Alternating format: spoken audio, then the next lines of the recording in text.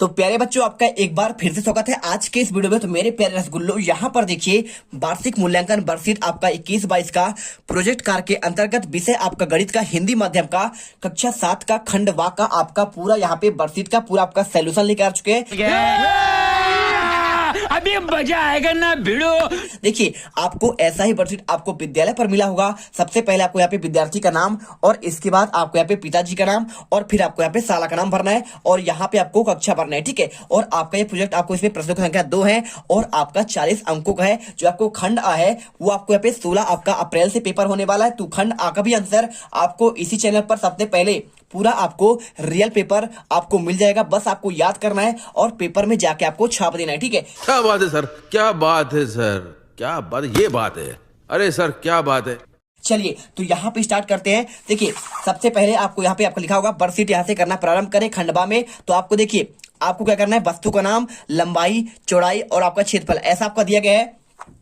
तो आपको पहले वाले आपको बॉक्स में मेंस लिखा हुआ है, ठीक है। तो आपको यहाँ पे 90 सेंटीमीटर और चौड़ाई आपका 60 सेंटीमीटर और आपका यहाँ पे क्षेत्रफल आपका यहाँ पे 54 आपका सेंटीमीटर आपको कर देना है, ठीक है। आपको यहाँ पे 5400 5400 और इसके बाद पुस्तक की बात करें 30 सेंटीमीटर यहाँ पे भरिए, यहाँ पे 20 सेंटीमीटर और यहाँ पे आपका 600 वर्ग सेंटीमीटर भर देना है। और इसके बाद तीसरा मोबाइल, तो आपको इसे 15 सेंटीमीटर, ठीक है, और यहाँ पे 6 सेंटीमीटर और इसमें आपको यहाँ पे 90 वर्ग सेंटीमीटर आपको भरना है। और आपको यहाँ पे लिखा है माचिस की डिब्बी, इसमें 5 सेंटीमीटर, 2 सेंटीमीटर और आपको यहाँ पे 10 सेंटीमीटर को भर देना है। और इसके बाद आपका अगला देखिए, यहाँ तक हो गया आपका मोबाइल तक। अब आपका आता है पांचवा।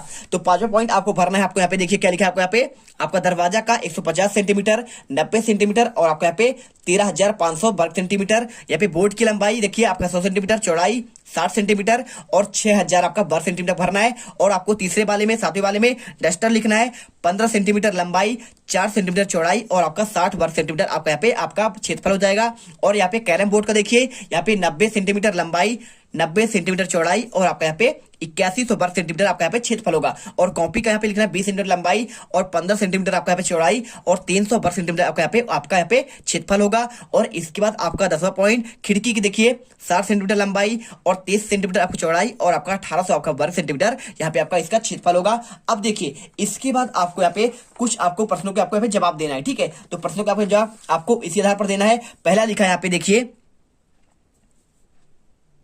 तो आपको यहाँ पे पहला क्वेश्चन आपका लिखा गया था, भाई दरवाजा का क्षेत्रफल सबसे मतलब किसका क्षेत्रफल सबसे अधिक है। तो आपको पहले वाले में आंसर करना है, दरवाजा का क्षेत्रफल यहाँ पर सबसे अधिक है। दूसरा क्वेश्चन, दी गई वस्तुओं में सबसे कम क्षेत्रफल वाली वस्तु का नाम और उसका आपको क्षेत्रफल लिखना है। तो देखिए, सबसे कम क्षेत्रफल वाली वस्तु का नाम यहाँ पे माचिस है और उसका क्षेत्रफल यहाँ पे 10 वर्ग सेंटीमीटर है। और तीसरा क्वेश्चन, दरवाजे का क्षेत्रफल पुस्तक के क्षेत्रफल से कितना अधिक है। आंसर लिखना है आपको, दरवाजे का क्षेत्रफल पुस्तक के क्षेत्रफल से लगभग आपका यहाँ पे देखिए 100 क्या लिखा है, 12,900 आपका मीटर अधिक है। और इसके बाद पांचवा क्वेश्चन, सबसे अधिक क्षेत्रफल और आपका सबसे कम क्षेत्रफल में आपको यहाँ पे कितना अंतर है। तो आंसर लिखना है, सबसे अधिक क्षेत्रफल और सबसे कम क्षेत्रफल में अंतर आपका यहाँ पे 134, ठीक है, 134 और आपको यहाँ पे 90, ठीक है। आपको इतना आंसर करना है और आपको यहाँ पे सेंटीमीटर आपको यहाँ पे लिख देना है, ठीक है। चलिए, इसके बाद देखिए आपका अगला देखिए यहाँ पे क्वेश्चन, सारणी में क्षेत्रफल का आरोही क्रम में लिखिए। तो पहले आपको यहाँ पे 10 सेंटीमीटर और इसके बाद आपको यहाँ पे 60 सेंटीमीटर और 60 वर्ग सेंटीमीटर, फिर 90, फिर आपका 300, फिर 600,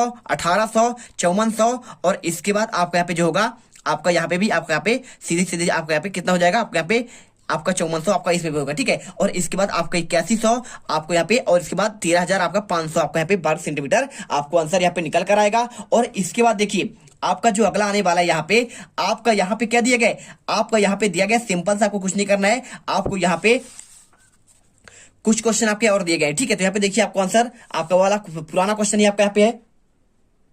क्वेश्चन नंबर 2 पढ़िए, विद्यार्थी कम से कम 20 व्यक्तियों की यहाँ पे परिवार, रिश्तेदार, पड़ोसी में उनका जन्म तिथि पूछकर सारणी को पूरा करिए और सारणी के आधार पर आपको निम्न प्रश्नों के उत्तर भी देना है। देखिए, आपको यहाँ पे पहला नाम आपको सीता लिखना है और रिश्ता क्या है, दादा, ठीक है।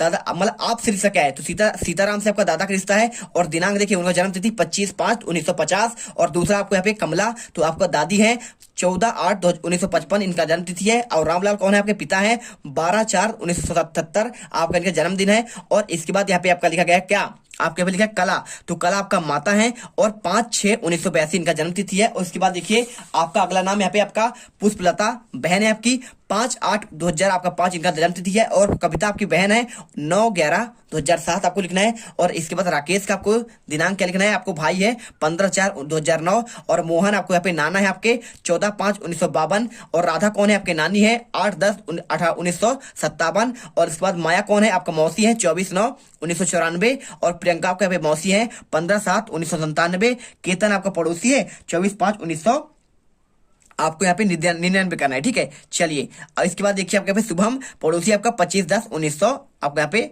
सिंपल सा देखिए आपको यहाँ पे पड़ोसी है 2000 आपको यहाँ पे 6 कर देना है, ठीक है। चलिए हो गया। अब चलते हैं आपको यहाँ पे देखिए आपके यहाँ पे पूरे के पूरे क्वेश्चन आपके दोनों के दोनों क्वेश्चन यहाँ पे कंप्लीट हो चुके हैं। कुछ क्वेश्चन आपके और इसमें दिए गए उसको देखते हैं।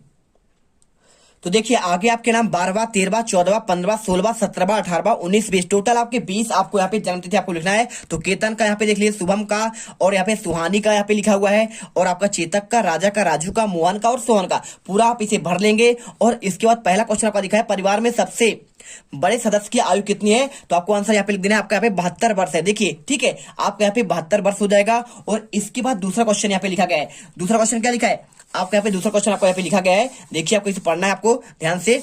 तो देखिए यहाँ पे आपका लिखा गया दूसरा क्वेश्चन में किन किन सदस्यों का जन्म समान माह में हुआ। तो देखिए रामलाल का, मोहन का, राकेश का, सीताराम का, पुष्पलता का और केतन का यहाँ पे आपका सेम आपका माह में हुआ है। और तीसरा क्वेश्चन परिवार के कितने सदस्यों का आपका मत देने का अधिकार है। तो परिवार में आपको 4 सदस्यों को मत देने का अधिकार है।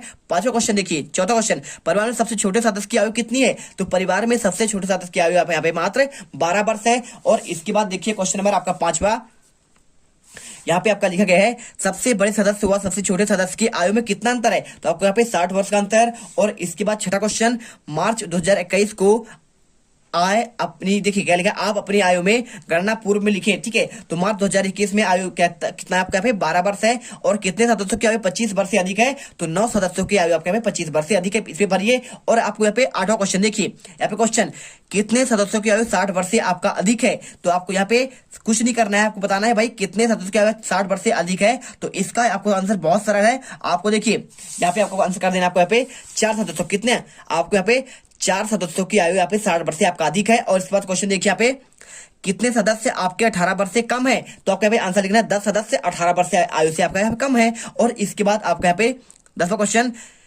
सभी सदस्यों की आयु आपको बढ़ते क्रम में लिखना है। तो आप यहाँ पे सिंपल सा क्वेश्चन आपको यहाँ पे देखकर कर सकते हैं, बिल्कुल आपको टेंशन नहीं लेना है। सारे क्वेश्चन का आंसर आपको यहाँ पे कंप्लीट हो चुके हैं। तो टोटल आपके इसमें 10 क्वेश्चन थे, तो आपके हमने पूरे क्वेश्चन यहाँ पे कंप्लीट कर दिए हैं। और आपको अगले वीडियो पर यहाँ पे विषय आपके संस्कृत के पूरे क्वेश्चन के आपको आंसर दिखाएंगे। मिलते हैं अगले वीडियो पर। जय हिंद, जय भारत। वीडियो को लाइक और चैनल को सब्सक्राइब जरूर कर दीजिएगा।